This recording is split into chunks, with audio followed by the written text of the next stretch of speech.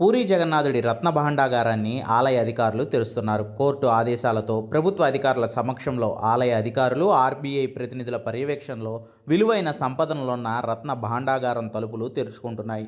స్వామివారి ఆభరణాలను, సంపదను లెక్కగట్టేందుకు, వాటిని పెట్టెల్లోకి సేకరించేందుకు భారీ బాక్సులను పూరీ జగన్నాథుడి ఆలయానికి తీసుకొచ్చారు.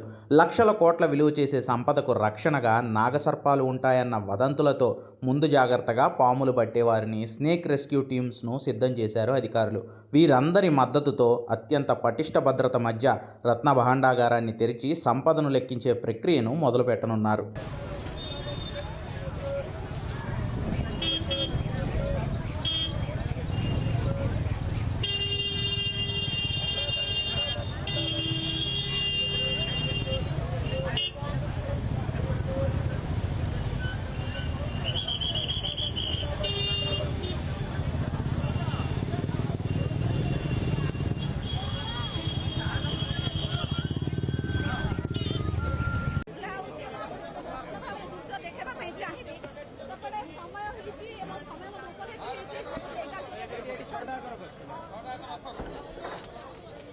लाइट पसंद है